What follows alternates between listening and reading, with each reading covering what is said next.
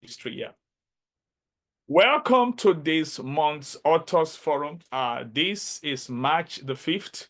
Yesterday was March 4th. Someone said the only day of the year with a command is March 4th. And that means it's you meant to do something. I tell you, I've seen a lot of people, they talk about what they're gonna do, but they're not doing it. They're not doing it. That's why the Authors Forum is a platform of action. We want to inspire people to take action. And someone just reached out to me about him working on his book and all that. I was so inspired. I said, wow, yeah, just because I like to people, because a lot of people, they have this. I mean, that's a testimonial of the Authors Forum since we started. I've seen a lot of people that they have put their dream on the shelf and they take it up. I'm going to start this month Authors Forum with a quote. You know, if you know me now, I love quotes. Herb Brooks said, risk something or forever sit with your dreams. Risk something or forever sit with your dreams. Many people are sitting with their dreams. They are not working on it. And Coach Tiffany, we're glad to have you here. You can unmute yourself. And because the first half is a season of very conversational, and it's a time of engagement. And we just want to hear your story. And first of all, introduce yourself. And I know you all remember the first time I met you was IMC. Yes. I met you through Coach Yannick, which is a very good friend of mine. So let's meet you. Who is Coach Tiffany? Yeah, let's meet you.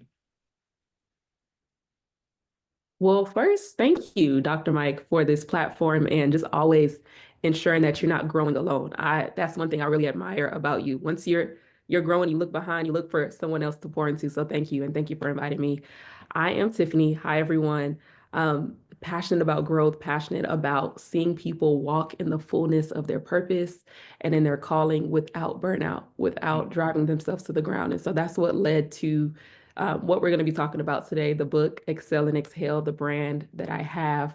Apart from the book, I serve at my church. I'm a youth lead, love youth development, and I'm also in IT and wrapping up my MBA out here in Atlanta at Georgia Tech. So that's a little bit about me, but I'm excited to hopefully share something to equip someone else in their journey today. Wow, that's good. We know we're going to fire someone up. And in fact, the people that we have, many people are still coming. Pastor Tony is already an author. He's working on the second book and he's not playing. And Woo! one thing I like about Pastor Tony's first book is, in fact, Pastor Tony will be bringing you soon on Authors Forum because I love your story because everything Pastor Tony wrote was very practical. Because this principle, since I know him, he has lived it. In fact, I was still sharing one of those principles with someone yesterday. So when I saw it, I said, wow, that was good. It's high time for this thing to be in the books because people need it. He was talking about God lines. But the first thing, back to you, Coach Tiffany, when I met you in Orlando, Florida, I remember I challenged you to go for mentorship, and you did. I said, wow, I like people that take action. So talk to us about your book.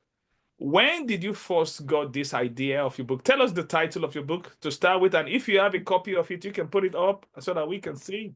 Yeah. I do have a copy of it. It's right here. Awesome. Woo. Excel and Excel. Tell us, Excellent. yeah. Excel. So Yes.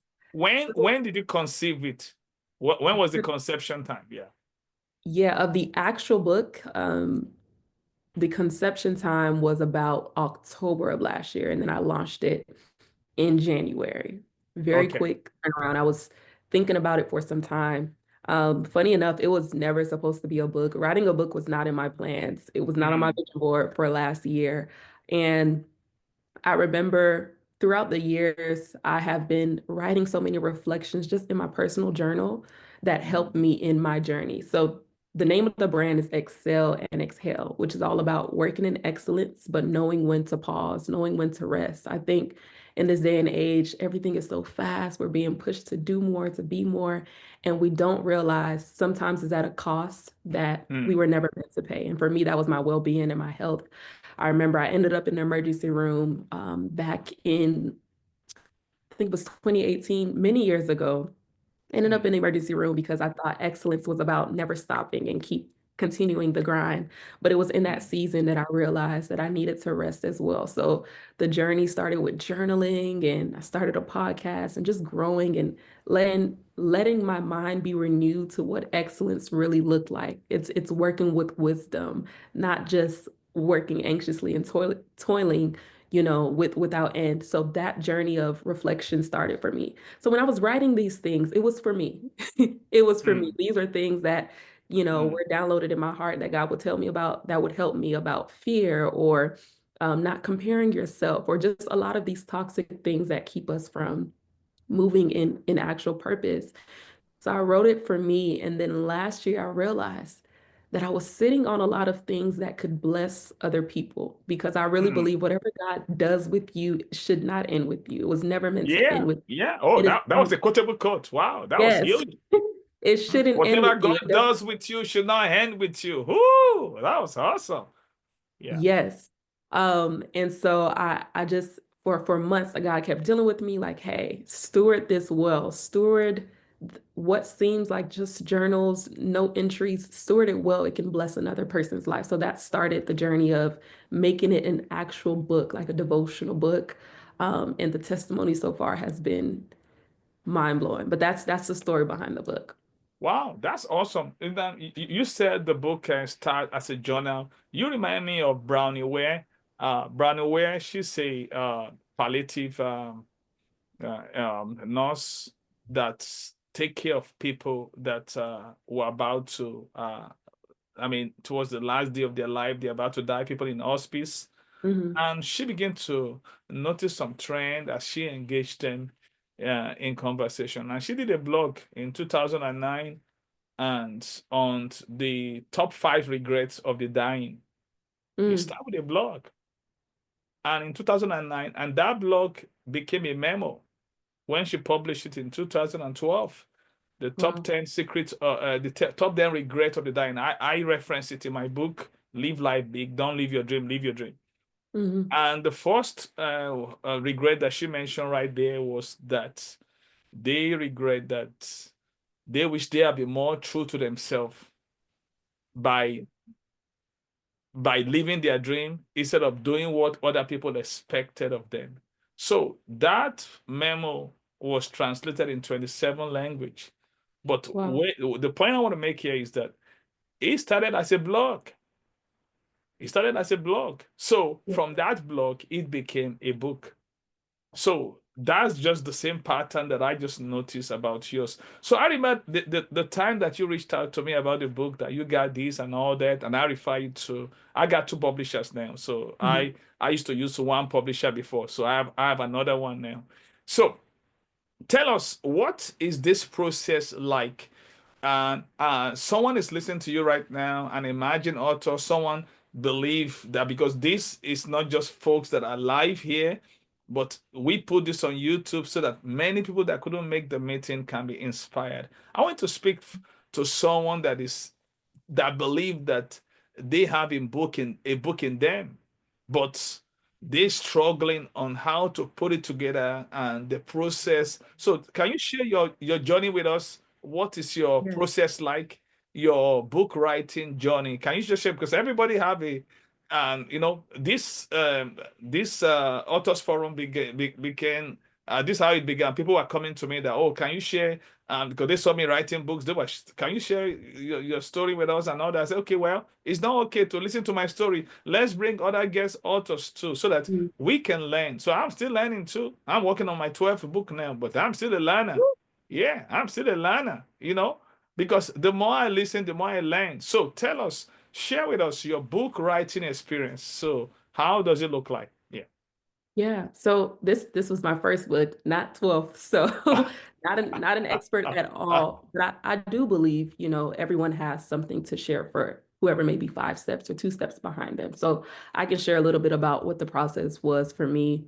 I think when I realized that this was going to be going beyond just a journal entry into an actual book, then I had to be honest with myself with what I didn't know. I didn't know what the process was like. I didn't know where to start. So I reached out to someone who did. I reached out to you, right? And you were able to connect me with a resource that had the wisdom for how to structure these things. So the The biggest thing for framework, me yeah. was, yeah, getting the framework, who had the framework for what the process is like. It always seems daunting before you step in. When you step in, it's like, oh, okay, people are doing this. Like this can be done once you know the framework. So the process looked like reaching out to a source who has done this before plenty of Mm, times, mm, which you recommended, and then doing going with the journey. So I had the manuscript, right? That's the first thing that you need, what you're actually going to say. And then, she went through the whole process with the ISBN and getting it registered on Amazon, the steps. But for me, it was realizing where I was lacking. And it's I didn't know where to start. So I reached out to you since you had been doing it. And you connected me with a publisher so I could take the self-publishing route. I think once you realize that the message you carry is worth it, you'll be willing to do the work of figuring out what you don't know. Like you're stewarding a message that can mm, transform a life. mm. And once you understand that, it pushes you to get the knowledge that you need to steward what you have, steward that message well. Okay, yeah, awesome. So tell us about the actual book writing, the concepting, the process of you writing the book. So can you Okay. can you give a narrative of the time it takes you to put that book together, the resource that you use, and all that? So we want to really get that, want to get a background of to really Okay. understand about your book writing process. Yeah. Okay. Yeah, so it took me some months to write the book because again, it started off as just notes in my phone or just different journal entries that I had. So I wouldn't say every day. I tried to do work at it every single day and just add to the message and reframe it in a way that would speak to whoever would pick up the book. So that's what the process looked like for me, just daily adding on to the message, figuring out how I wanted to structure the chapters, Mm, what message I wanted to go first, including an introduction. So the process looked like adding to it daily, like writing it daily. I would use Google Docs to keep track of everything, just have everything on Google Docs, type everything there, Google Sheets, so that nothing gets lost in the process. mm, But that's where I mm, did majority of my writing. And then once the manuscript was ready, that's when I brought in the publisher to help from there. mm.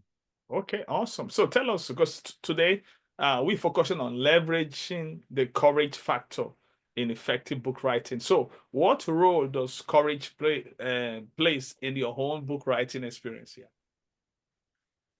Ooh, I love Because someone that said question. courage is not the absence of fear, but the conquest of it. So, what role does courage plays in your own book writing experience here? Yeah, I think whenever you're doing anything new or for the first time, there's a lot of fear that can come with it. Am I ready? Do I know what I'm talking about? All of those thoughts came for me. And so when the fear came, I didn't allow it to stop me. And that's what courage is. Courage is being able to move in spite of what's apparent, the fear that's there. So I think for anyone, and it never stops, right? You're on your 12th book, you're gonna be on your 12th book. There's gonna be thoughts and things that come. But you have to be able to say, okay, this message is worth putting out. And that's what courage looked like for me. Not allowing myself to fall into the lies that I was hearing Mm, in my head. Like, I don't know if anybody's going to be blessed by this. Is it worth it? Do I know what I'm doing? mm. Moving past that and being committed to seeing this come to fruition. That's courage is needed. Wow. Yeah. Yeah, someone just commented that that's Dr. Kelechi. He said courage makes you move in spite of your fears. Wow, that was Yeah. awesome. Thank you for sharing that. Then this is what Dr. Billy Graham said. He said courage is contagious. He said when a brave man, and I also had a brave woman, takes a stand, the spines of others are often stiffened. Mm. And because it takes courage to take a stand. I Yeah. remember my own experience. I wrote my first two books when I was in medical school, but for 20 years, I didn't write a book. And all the while, and I know that those books, they were due for 2.0 for the Mm. first two books. Because the thing about book is you growing. That's what happened to Dr. John Maxwell. And the first book that he wrote, developing the leaders within you. So he has to write the books again after 10 years. He wrote the 2.0 version. Yeah. And he said the book has not grown, but he has grown. Hmm. And the publisher said it will go for a new version 2.0 if you can change 15% content of it. And he ended up changing about 85 to 90% of the book, of the content, because he has grown. And that's Yeah. what happens. So that as we write a book, like there's some book I wrote now, I mean, it's now 2023. It's going almost 2 years now. I'm like, wow, I've grown in that content. So soon I'm going to write 2.0 of that. And that is what writing is all about. The reason why I mentioned that is that some people, they are not ready to write because they believe that they didn't know enough. That's why the place Mhm. of courage comes in. Though Yeah. I'm still getting everything together. I'm saying, listen, the thing is, if you don't start where you are and use what you have, you won't do nothing with it. You So won't. that's why I was mentioning the courage factor. So tell us, and how do you how do you use courage to navigate your story? I mean, I'm talking about especially when it's your first book. Like I said, even if you have written many books, you still need courage.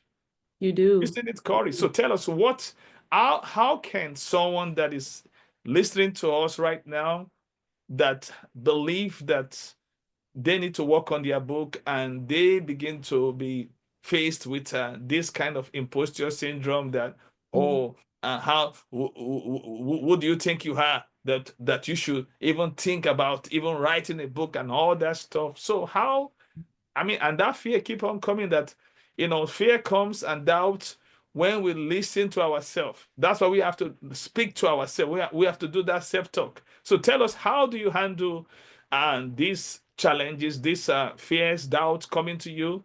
And Yeah. this is where courage comes in. So how do you leverage that courage to navigate your book writing experience? Yeah. Yeah, I'll speak for myself, and then Okay. so for me, very strong in faith. Like my faith is my driver. So when I am becoming fearful about a thing that I know God placed in my heart to do, I have to go back to Him. What do you have Mm, to say about this? And there's a scripture that would come to my mind, and it's that those who wait for the perfect weather before they plant, they will never reap harvest. And so the things that mm, I want to see happen, the harvest that I want to see, the lives that I want to see get changed, it's not going to happen if I keep waiting until I feel everything is mm. perfect, until I feel everything okay. So that's just one Yeah. example of how taking the word, taking the word of God for me helped push me out of fear. Another thing, which I think everyone can relate to, is putting the right voices in your corner. Calling up a Dr. Mike, calling up somebody who's done it before, calling up a friend, Mm, someone who can remind you of why you have to like keep going and not give up. Those yeah. are the two things that help. One, Mm. being in the Word of God, but two, community, reaching out to people who can see the gold in me and ensure that it comes out. Um, that's really helpful. So the fears will come, the thoughts will come, but sometimes you have to say it out loud so you can realize how ridiculous the sound is. Like it's like, wait, why do I think this? Why do I believe this? Why do I why do I think I'm not ready to move yet? When you say it out loud, Mm. when you put it before wise counsel and people around you, it helps you get that push, the sharpening that you need to move forward. Wow. And I like that word because I mean, I'm a person of faith too. And I also like the second part, you talk about the community. And this is where Yeah. the Authors Forum comes in. We started this Authors Forum based on that community mindset. And Hmm. I was listening to James Clear, and he talked about how he and some authors, they came together. They have an authors retreat, and they spent 3 days. They got a big Airbnb, the place, private, big house, and they all met there. That everybody leave refreshed and empowered. Mm. They're all authors. I said, wow, authors retreat. I said, well, we're gonna have an authors forum. Because I mean, that is why this platform exists. It's not for Yeah. It's not for showmanship. And someone reached out to me one time when we post the meeting. He said, "Can I come and talk about my book?" I said, "I didn't even know this person." I said, "No, I didn't even reply him." He's just like, "We're not looking for people that are looking for a platform to sell their book. That's not what it's all about. We want Yeah. people that can share their story." Now, another question I want to ask you is that how did you choose your topic for your book, Mhm. the title of your book? Yeah. So I chose the title based off of what I wanted people to get from the book. So it's called Navigating Your Journey of Faith, Purpose, and Rest in God. Excel Mm, and Excel. mm, And so at the end of the book, I wanted them to have like a guide for navigating those three things: your faith in God, what purpose is supposed to look like, how do you live it out, and rest, knowing how to rest in God throughout the whole process. So I thought about what I wanted somebody to pull from the book and then use that as the title, because that's part of the first things people see. They see what it's called first before they realize what's actually inside of it. So that's what led me to using those words as the title. yeah. How many chapters a book is it? How many 30, chapters? 30 chapters, Oh, it's like a 30 chapters. devotional. Is it like a devotional? Yes, it's a devotional. Oh, okay, okay, got you, right, Yep, yeah. it's like a devotional. So there's reflections, there's questions, there's an action plan, it's a whole thing. Is it like a 30-day devotional or just So it's 30 chapters. Some people may I say take a week for each one. okay? There are topics that you really want to sit with and think about and create action plans for yourself on how to start resting and implement some of these things. So it's 30 chapters. You could do it in 30 days, you could do it in Yeah. 30 weeks, but it's not a book to rush through. Like how many pages is it? It's 165 pages of content. Wow, that's awesome. And that's your About first book. 165. Yeah, So pretty very big. soon you're gonna come out with a second one. Very soon, very soon. Okay, that's awesome. Okay, and before we open it up and for questions, and we're about to move to the second phase. And Okay. so I want to share this. When it comes to book writing, what is your greatest advice for someone that is working on their first project? Yeah. My greatest advice would be to figure out your why and keep your Mm, why in front of you. mm, Whenever I thought back to why I was doing the book, that was enough to push me on the days where inspiration mm, wasn't there, because you won't always feel inspired, you won't always feel mm, motivated. But if you mm, can remember why you started, mm. that will keep you going to the end. Wow, So that's figure out awesome. why. Yeah. Yeah.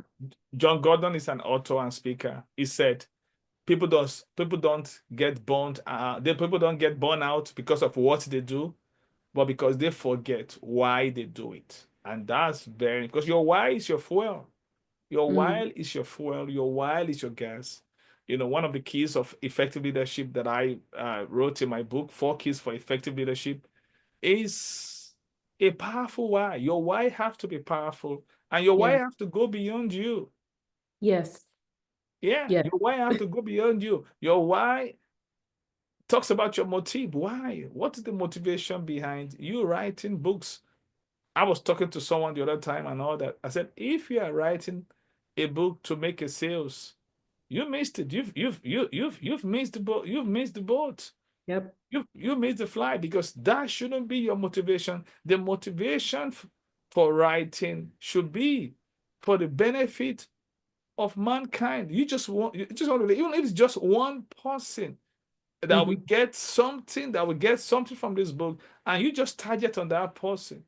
Listen, when you pursue significance, success can find you. Success is not something that you run after. No. No. Success Yeah. is something that comes after you when you go after significance. Yeah. So that's the thing about it. So motivation is so important. It's so important. So we're going to go into the second half now. So, Okay. if you have any question for Doctor, I'm giving you a doctorate now. But Hey, that prophecy. I'm conferring you a doctorate Hey, now. If you have any question for Coach Tiffany, please, and those of us that are live, we have that privilege. You can either put it in the chat if you're somewhere that you can speak, or you can unmute yourself, please. And we like to engage our guest authors to, just ask question, and there are questions, and the only stupid question is the question that we don't ask, because the purpose of powerful questioning is to pick the brains and the process that they've gone through. Dr. Kelechi just said that when you find your reason to do it, you will feel that fire within you, the kind of motivation that makes you keep going while others give up. Thank you for that. That was a beautiful comment. Yes. So, question for our guest author, please. Anyone, feel free. You can unmute yourself, or you can put your question in the chat. So, we got our first question. And Dr. Kelechi said, what role did your publishers play? Did they write part of it? I thought publisher is meant to publish books. They are not meant to write books. Or you just wrote it all the way? Oh, that's a good question. Thank you, sir. Yes.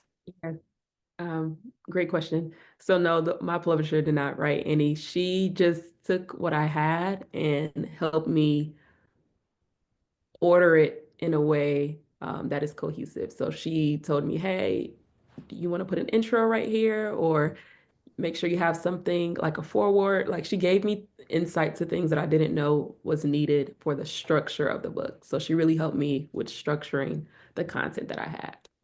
Wow, that's awesome. I remember the first time I did my book, I didn't put an epilogue. and, and my editor, they gave me a feedback. They said, oh, wow, you need to put an epilogue. I'm like, oh, even though I know I've read books that have an epilogue, like it's when you are really in the factory that you know, oh, okay, I got you. So after the first, second, third one, oh yeah, and I have that framework, that process. But that is why guidance is so important. Wow, that's awesome. Yes. Great question, Dr. Kelechi. Any other question, please? Questions for our guest author? Yes, Dr. D. His book is about to drop too in the next 2 weeks. People are fired up. People are really fired up through this media. Yeah, Dr. thank D, you tell very us much, about Dr. the question, sir. Koku. Yeah, very much appreciated. Yes, so the question is, why devotional? If I look at it, Oh no, she said it's not devotional, that it's chapters. Oh yeah, it's a devotional. It's 30 chapters. It's a 30 chapter. It's a devotional. Yes. Sorry. Yeah. Okay, go ahead. Okay, so that's prompted the question. So why, of course, you can write different books relating to different things. Yeah. But what inspired you to write a devotional? Book, yeah. Yes. Thank you. Thank you for that question. So I wanted this to be something people can work through and actually get transformed. Work through and get changed. So I didn't want to just throw knowledge per se. I wanted action plans. I wanted scriptures to meditate on. I wanted declarations in there, things people could speak over themselves based off of the topic. So that's what inspired me to make it more of a devotional than a traditional book structure. So Well, I mean, it's your book. You can make it what you want it, and that was a great question, Dr. D. And you can make your book what you want it. And I've seen people that did devotional, and like me, I'm yet to do any devotional book. And so yeah, for me, I'm not against that, because, like I said, the thing is just it based on what you want to put out. But one thing that she said that I can tie to what she's saying now. She didn't write the book for people initially. It was for her. I think that was what makes it so exceptional. Because when you are doing something, I say, wow, this thing is helping me. So I think it can help other, and I believe every book have to be a lived out book. Like I said, Pastor Tony's book is a lived out book. I've been with Pastor Tony for a long time. I've known him for the past 16 years. And those things he wrote in his book, he has talked, when I was at this book launching, he's talked about that. And he didn't just talk about that, he has lived that principle. So those are really, and I believe every book needs to be like that. Every book needs to be practical. It has to be something that you've lived out. So you know, say, well, just like there's a man, he's one of the greatest golfer. I forgot his name now. This man, while he was playing golf, he has a little red book. He'll be taking note, taking note. He didn't plan to publish the book. His goal was to how he can improve his game. So later on, people begin to ask him about, this stuff that you're doing, you need to give it out so that other people can receive the help that they need. And that's what he did. And that's what he did. The book got published. So, and I believe every author needs to factor that. Don't just put out something that every book I write is practical. It's something I have done. For instance, we had a conference last Saturday. The theme of the conference is unveiling the essence of servant leadership. And the book was on the area code. I learned about the area code when I was doing internship. As an house officer, I just finished medical school. So during my 4 different unit rotation, that's when I learned about the area code, way back 2006. And that book has been in me. Everywhere I have gone, I have operated that area code. That means accept responsibility before you can exercise authority. And I've seen it works until I was able to put it in the book last year. So when what you wrote is not philosophy, when it's a standpoint of a practitioner, you are not a travel agent, you become a tour guide. A tour guide sends you to where they've not been, but a travel agent sends you to where they've not been, but a tour guide, they've been there. So, and I think that's why I believe your book will do well, because it is something that helped you, and you now putting it out that this is going to help other people. Well, thank you. That was so phenomenal. Yeah, that's so phenomenal. I hope that answered. Of course it does. Yeah, of course it does. Because it's your book. You can make it devotional. You can make it motivational. So, Dr. D, do you have another question, sir? No, not really. But, okay, you know, I just wanted to know. Yeah. So are you satisfied with that response? Yes, I am. Okay. And I just wanted to also say something, you know. Yeah. So that's really, really, you know, a very good one. Because, you know, you are thinking of something that can transform people. Yes. And as people read it, you know, it can really impact their life. The whole essence of each and every one of us is really to impact. Yes. So if they can walk through what you've written, and, you know, your goal behind it is to transform. Ultimately, people will eventually, you know, go to imbibe, and that can be the trigger for them to get to the next level. Exactly.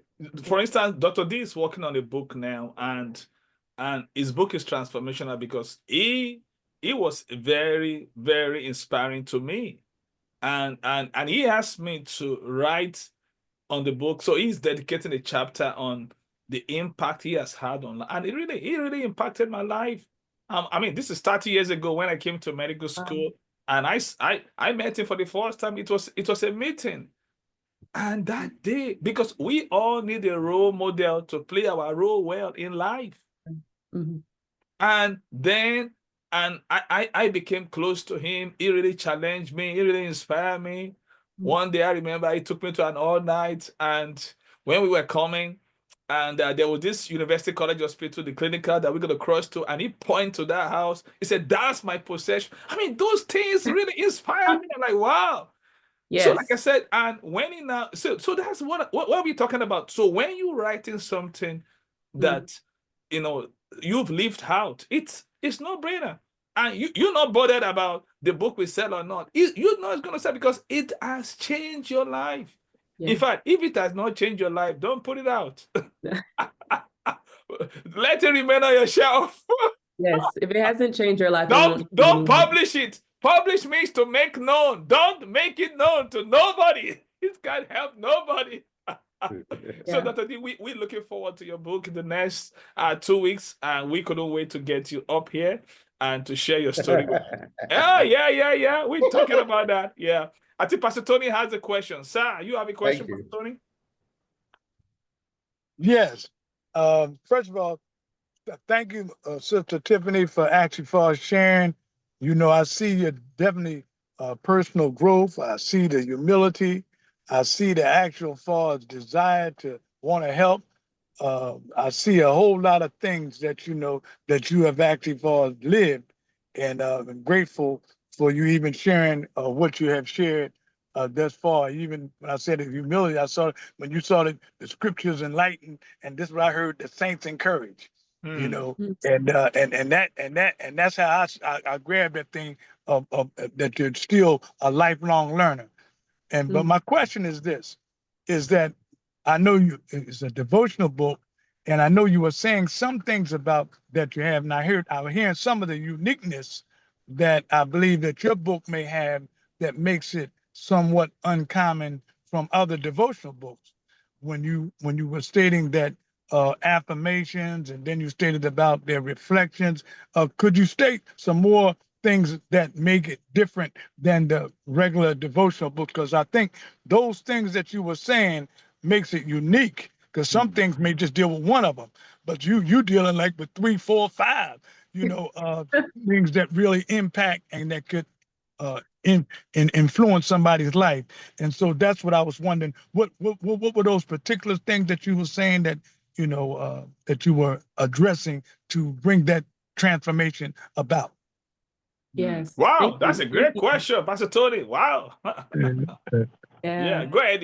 Yeah. So the devotional, I didn't want it to just be a surface level devotional. So it starts off with scripture, and then it goes into a reflection based off of that scripture. So for example, there's a chapter that talks about releasing the past so that you can move into what God has for you, right? Because something that stops a lot of people from walking in purpose is holding on to mistakes they made in the past.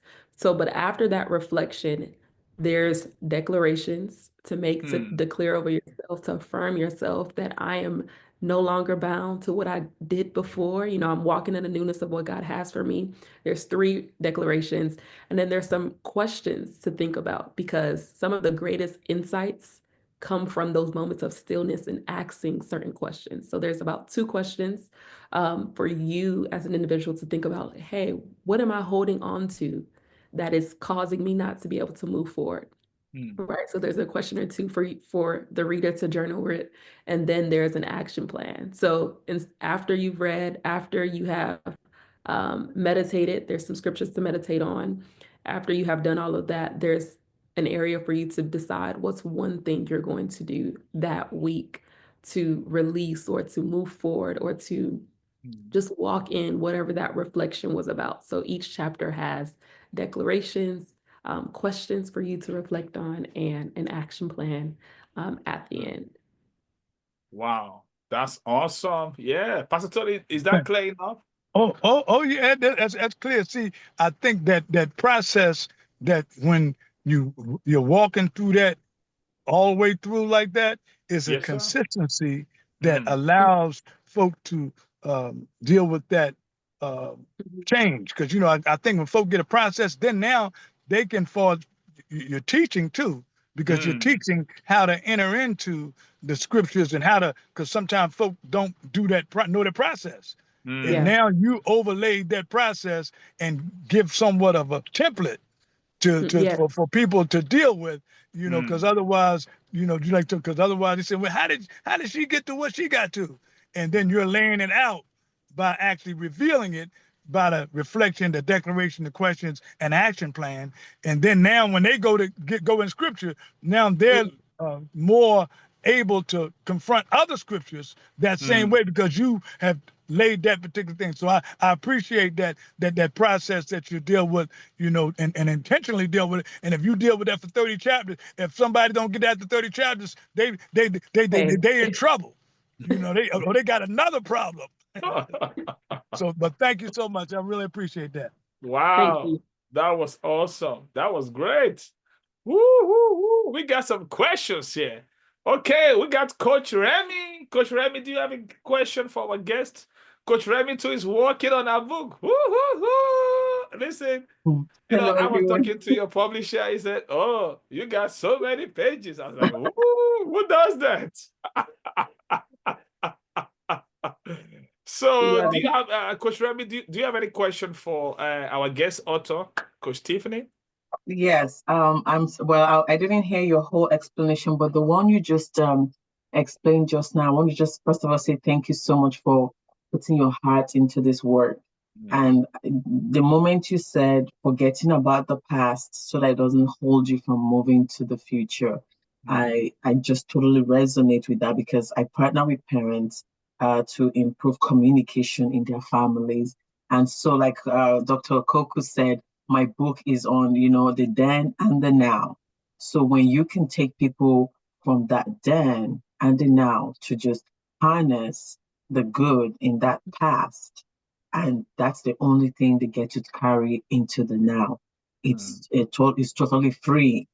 And so I really appreciate that you went in depth into that part of it because we have to empty out to be refilled with whatever God has in store for us. Like Dr. Koku was saying. So one of the themes in my book is often when we parent, we're talking about it's not about perfection. It's about the intentionality of it. So if we can just take that, remove what is not working, and adopt what is working and stop carrying generational things into the new. And so I use the analogy of a rose. If you went to the store, the roses don't have any thorns on them. They're beautifully arranged.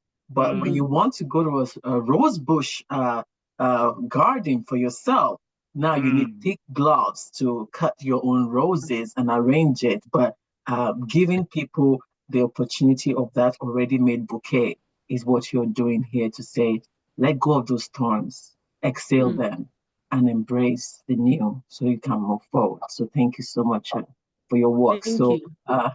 My question for you will then be, will the question take that reader into being real? Because sometimes the past can be dark and they may not want to go there anymore. So how do you help them go in there or tell them this is how far you could go, but this is actually the way forward? So how will that reflection help them to achieve that? Yes. So the example of letting go of the past was one chapter of like each one has different themes. There's moving past fear and walking in what God called you to do. There's one about not just chasing after a goal without resting. So each chapter is different, but the questions really help you find the answers that you're missing. So I put questions in there that will force an individual to think or just to get quiet and think, because I really believe if we ask ourselves the right questions, we can get the answers we need to move forward. So that's what the reflection question's for. It's to cause a moment of intentional pausing, intentional like stillness, so that you can know. There's a scripture that says, be still and know. Like there's a knowing that comes when you get still. So the questions that I have in a book are meant to cause people to get still and search for what the answers are, to search for what's missing before they can move forward. That's the goal of the reflection questions.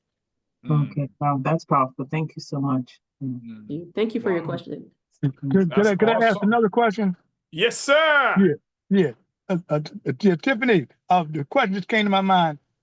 When you were writing your book, did you have anybody in mind? Like, was it for a younger or more mature Christian, or who in particular did, or you wrote for both, or that? Yes. So I wrote it in a way that it could meet anyone where they are in their journey. Okay. So I didn't want the language to be too complex. Even if the subject matter or the theme of a chapter felt a bit heavy, using simple language so that anyone in their journey can pick it up. I wrote this for the person who has been working as an executive for 15 years, and also for the undergraduate student who's trying to understand, how do I include God in my ambitions and in my goals? So for wherever you are in your journey of purpose, the book is for you. Okay, that's good, sister. That's good. See, you checking off all the boxes, because that's one thing there. Because when you can forward, when it's like that there up front, then therefore it's easy to grasp, as well as far as at the same time will still, because understanding is a key. And Yes. and that's one thing there for. And when you intentionally went in like that there, you were right on point. So thank you so much for the active response. Wow, that's awesome. Great question, Pastor Tony. Great question. Great question.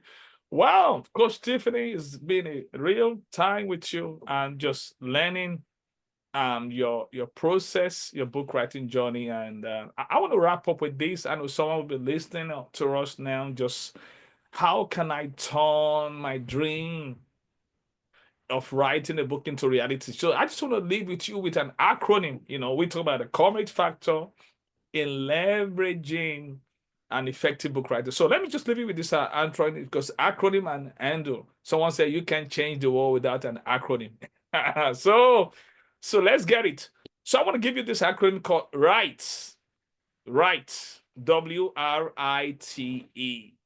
So because there's writing is a science and it's also an art.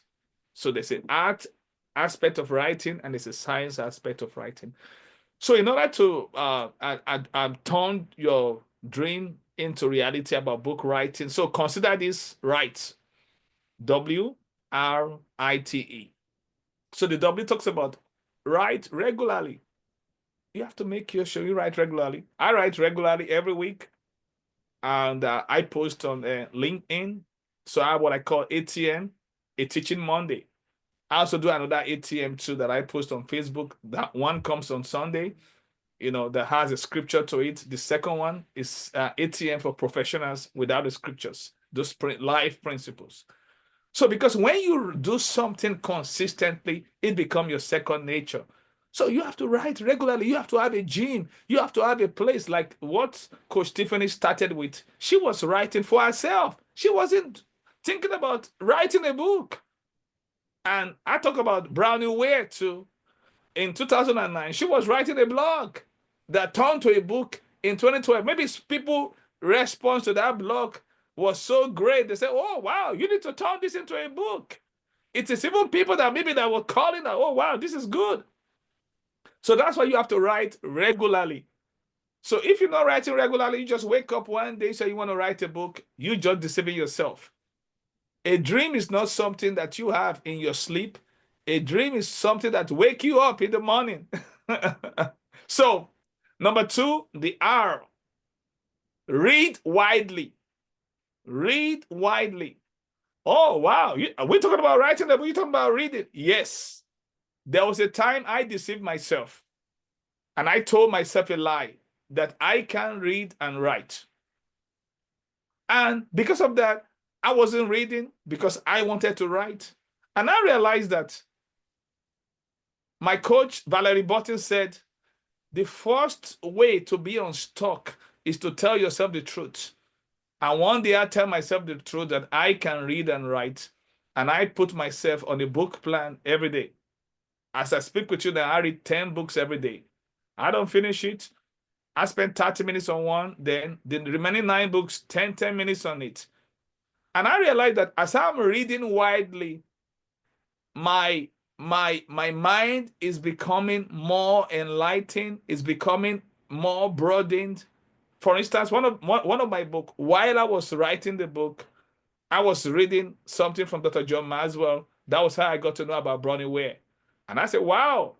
And that content was referenced in that book I was writing at that time. So we need to read widely, because when we read widely, you will see other people's work, that especially that were writing at a higher level. You will be able to learn from them.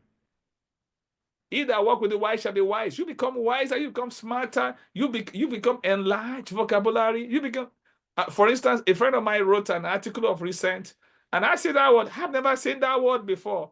I said, what does this word mean? And when I Google it, and I find, wow, how come I didn't know this word That is the beauty of reading widely. So you read widely. So the third step is I imagine vividly. Vividly means clearly. You have to imagine vividly. That's what one of the questions that was asked Coach Tiffany right now, that when with your vivid imagination, you begin to think about a target audience. Dr. Tim Elmo talks about, if you want to write a book, you need to have an audience in mind. Who do I want to help with this book? For instance, the book that I write, Don't Live Your Dream, Live Your Dream. I'm targeting people that are living their dream, that are doing nothing about it. So every book needs to have a target.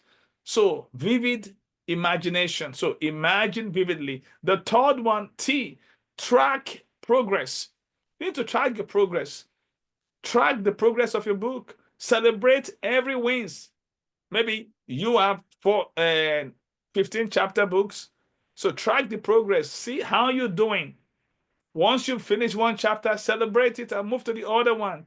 So there's a need to track your progress. One thing I had Coach Tiffany telling us is she was using Google Document and putting things down and all that. You have to track your progress and see the progress of the book. Then the last one is E, engage others. Engage others. And this is why you need a community. She talked about that today. She mentioned it. She mentioned how she reached out to me. Because listen, there's nothing you're doing that someone else have not done it before. So community make things easy because none of us is as smart as all of us. In a community, we tap into the wisdom. There's something called the wisdom of the community. So this is why we have the Authors Forum. And this is why we engage. And as I speak to you right now, everyone currently live with us now, I mean, they have already published a book or about to, because of they are engaging others. So that's why if you listen to me right now, you're watching on YouTube, listen to me. You need to be in the next Authors Forum. For the month of April, it's going to be April 2nd, 4th Wednesday. And next time we bring in a guest author, Enelita Dakumos. Listen, this lady, she's one of our new leaders in the LAM Global Community. They got me on the Voice of America Business Network last Thursday. She's so phenomenal. One of the dynamic leaders that I know. In fact, she'll be speaking for us in the Women in Leadership League Global Women Conference coming up June, and also she'll be speaking at Made for More Global Leadership Conference in September. She's so phenomenal. So our book is coming, our book is already out, so she will be our guest author. So the reason why I'm inviting you is, as you listen to me right now, watching me, is so that you can be with us live to ask questions live. Coach Tiffany, we really appreciate your time with us today. Do you have any last word, last comment before we leave? Yeah, I just want to reiterate something that we said earlier. Like when you're writing a book, you're stewarding a message, and people need what you have, whether there's one person, 5 people, 10 people, you're stewarding a message. So just remember why you started and let that push you towards the ending. Woo!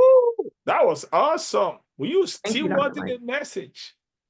Yeah, that was awesome. So I want to say thank you, Coach Tiffany, for being our guest author today. I want to say thank you to Pastor Tony, Dr. D, Dr. Kelechi, Coach Remy for being on the platform. And we want to say thank you to you. Even though you're not live, you watching us now, and we believe that all that you've learned, you're going to put it into application. So till we come your way next month with another guest author, don't forget, it's not enough to listen. It's not enough to watch. Pay attention to everything you've learned and find what you can apply. And we look forward to seeing you next week. Thank you so much. Thank you all. Okay. And